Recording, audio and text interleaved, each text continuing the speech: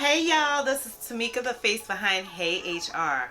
So you thought that this video is all about, hey, pull out your credit card, go to this website, put in your card number, or grab all your money out of your savings, put it on your debit card, and go pay this bill? No.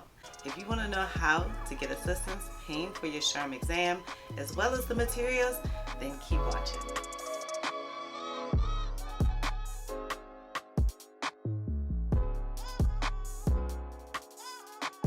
I don't know how many of you are familiar that SHRM offers a scholarship or an opportunity to win the scholarship, and they always do like charitable money or donations or whatever from different local chapters. They feed that into the national, and then you apply with national, and then you can be selected to get a scholarship.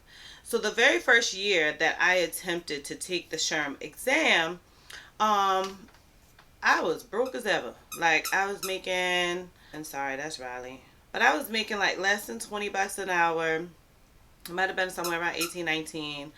I was just getting into like my third or fourth year of my HR career. I was super duper eager. I had already gotten my double master's degree, and so I felt like my next step was to get my HR certification, but I really didn't have the money to pay for it. I'm a single mom. My daughter was much younger then, paying for all the things that go with raising a child all by yourself. And so, you know, her father was active or what have you, but to say that we were like a team, no, we were co-parenting. So a lot of expenses became my responsibility. So I couldn't afford to pay for this exam.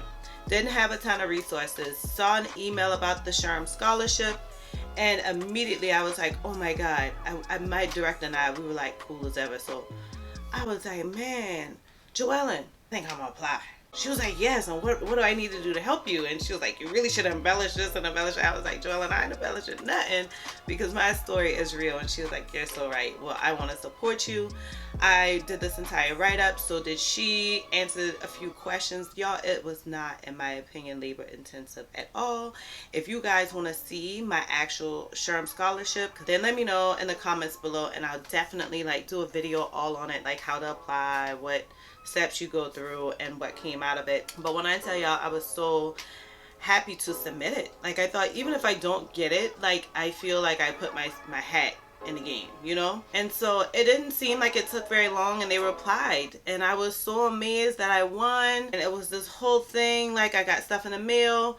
I got an actual check sent to me in my name, but I didn't keep that check. My job at the time had said, okay, we're gonna pay for your exam, and we're gonna also pay for your certification. And they were just looking at it as, this is like continuing education information. It would help the company or what have you. We have money budgeted for it. They were just simply going to pay it for me because it was already budgeted. But I didn't feel like that was right. Like, why would I take this money and spend it when I didn't even pay for the exam or the materials? And to be honest with y'all, more so than that, I was scared as hell that I was not gonna pass. I didn't pass.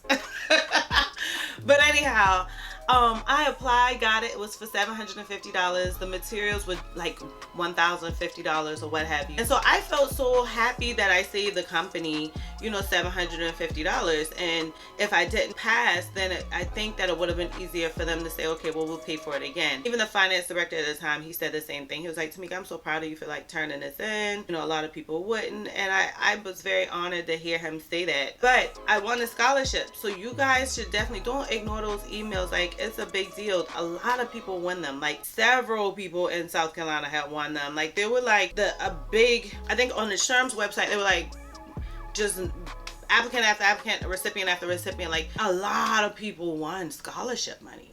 So don't think like, oh my God, Tamika, why you got me out here applying for this and only one person gonna win? No, like tons of people win. And ever since then, I always try to support whatever initiatives that supports the scholarships, because I was a recipient at my time when I just simply couldn't afford it. Definitely, if you're looking for a way to have this stuff paid for you in some way, then definitely apply for the SHRM scholarship. It will come as a check directly to you. You can use that $750 towards either the $300 exam cost, or what roughly is the exam cost, because it varies, or you can definitely use it towards your study materials. So if you guys have not seen my video yet on HRCI versus SHRM, then definitely click here, because there I told you guys all about what the cost is for the exam. I didn't go into the cost for the study material, so if you'd like me to, I definitely can do that. Just put it in the comments below. But I will say you can definitely get a SHRM scholarship. I was so happy to receive it. I was so elated to see that so many other people want it, because like I said, I didn't pass. So because I didn't pass, like, I didn't feel bad with the company, and because so many other people got scholarships, I didn't feel like I took money away from somebody that probably would have passed. So definitely apply for the SHRM scholarship. On top of the SHRM scholarship, different states will have scholarships, different local regions of SHRM will have scholarships. Your employer can have scholarship. I used to work for a local government, so I applied for the municipal association scholarship as well. I didn't get that one, so I was happy that I got SHRM. But you have to, like, look, there's not just scholarships for like high school students going off to college. There's also scholarships for folks that are trying to sit for the HR certification. You just got to do the research. Go out there and then you have to apply. You have to put yourself out there and be transparent, but get a scholarship. So the next way that you can get your exam paid for or get some costs to help you with it or whatever is by your employer's tuition reimbursement. I know a lot of people think of it and they think of it like, to me, well, I'm not going to school. What tuition reimbursement is, I guess that's why a lot of companies have changed it to like education funding or what have you, because, and they're still looking to change it, because it's not just for tuition payments, it's for education, period. And it should be. So check your company's policy. It might say it's only for education, like going to a school, but most of them include any advanced education at all. So definitely look into your company policy, your company handbook, what have you, and see what tuition assistance you can get. Be prepared that most companies, when they give you tuition assistance, then they're definitely looking for you to commit to a period of time with the company. If not, then you have to pay that money back. So be cautious with that stuff, but definitely look out there for it. And if by chance you go ahead and you see that there's tuition assistance or tuition reimbursement and you pay it and get refunded, what have you, then do that. Otherwise, what I would suggest that you do is speak to the person that's your direct report, your supervisor, your manager, what have you, and ask, hey, can you get the company to put this in a budget for further education, because I really want to sit for XY exam. That's showing your job like, hey, I'm committed, hey, I'm willing to stay, hey, I just need y'all to help me out. And in turn, you're helping them out because you're giving them a ton of expertise and knowledge that they don't have to go outside, seek for, or pay additional money for. So definitely look into requesting that money into the budget. Get your employer to help you out with that cost. Now this one may sound crazy to some people. So if you're like kind of distant from your family, or you're like, Tamika, I really only mess with some, so like I don't even mess with all of them. Don't let that stop you from asking family and friends. Let me be clear. The first time I took the exam, I had the SHRM scholarship and my job paid for it. The second time, I didn't feel comfortable telling my director because her and I didn't have a good like relationship. And I can't say we didn't have a good relationship. It was obviously like her personality didn't mesh with a lot of people. So like majority of the company didn't like her. And she just had like this weird way of handling herself. And she would be super duper condescending if you were just like, oh, I like your red shirt. So does it look red to you? Well, to me, I thought it was. And you know, just a weird lady. So I didn't feel comfortable asking her at all to say, hey, can the company pay for it? Is there money budgeted for it? I found out later that there was money budgeted for it, but found that out from a whole different person, not even my boss. So initially going into this, I decided that I was just going to figure out this money myself. I reached out to some friends of mine, and I'm gonna be honest with you, two of my great close friends. One is like a mentor in my life for so long, and he had known I wanted to study for this exam. He's always been a support in my career. He gave me half of the cost, and then my ex-boyfriend at the time, he was my boyfriend during that time, but he gave me the other half. And so it was nice that I literally only had to put like, I don't know, I think I paid out of pocket like maybe a couple hundred or maybe $100, I think, because I kind of underestimated the exam cost, I believe. But it was so nice to see that I didn't even have to go far. Like, you never know what people are willing to give you. It's just like joining a sorority. Like when I was in college, so many of my friends were like, man, I just sent out a text message to my family and friends, or I reached out and asked so-and-so because they're already in a sorority. And people gave them money to pay like their initial cost because you're in college, you're broke. Well, as an adult, if people see that you're trying to advance your career, a lot of times people will help you then. So just, you know the people in your circle who you cool with. You know the people in your circle who have the flexibility. You know the people who are always supporting you. If you don't know, you need to reevaluate yourself, not your people. But if you have a solid group of friends, they should always be trying to see you win. Even if it's a loan and you like pay them back later. Now, I would suggest asking for a gift, because once you really get certified, you don't have a debt over this thing. Just like you want to avoid credit card debt. So avoid that. Definitely ask family and friends.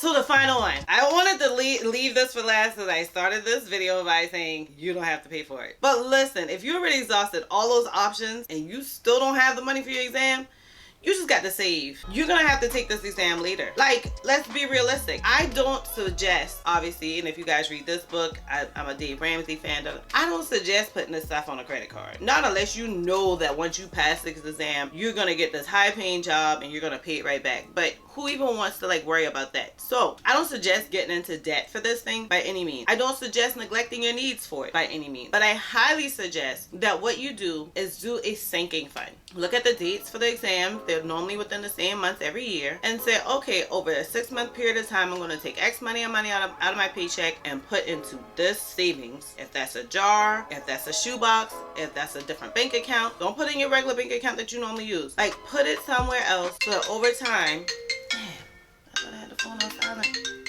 Why, Nasia? Hello. Wow. Hello, what you doing? I'm trying to record a video. I just called you because I want this. But I was getting a free meal every day. Now all of a sudden, lady on top of something, it's gonna be $4 or something. So can you cash out your card? All right, bye, Nij. So just like my child need to do, y'all save money. Don't go out there and buy the fancy hair, the fancy this, then you can't pay for your damn exam.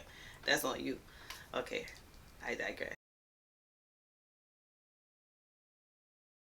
So make a sinking fund, and then every pay period you put X number of dollars towards it. And if you're like, well, how much money do I put towards it? If it's $1,000 and you're doing it for, 10 pay periods, then you're going to divide that by 10 and that's going to tell you how much, right? So easy math. And definitely by the time you get ready to sign up for the exam, you should have the money saved already. I highly suggest Dave Ramsey. I must admit, Dave Ramsey gonna tell you eat rice and beans and like peanut butter and jelly. I ain't that kind of girl, but I will tell you between Dave Ramsey, Tiffany Aliche, also known as the Budgenista, between those two, you should have some options. Another thing that I suggest is if you're like me and you like YouTube, then look up Debt-Free Millennials. They're like the most practical couple that makes achievable goals look so easy, but they're so transparent to tell you that they're so like hard. You can look up finance on YouTube anywhere and find almost anybody, but Debt-Free Millennials is like my go-to. I love them. I love their channel. Look at ways of budgeting and saving. So thank you guys so much for returning to my channel. If you're new here, I hope that you consider subscribing.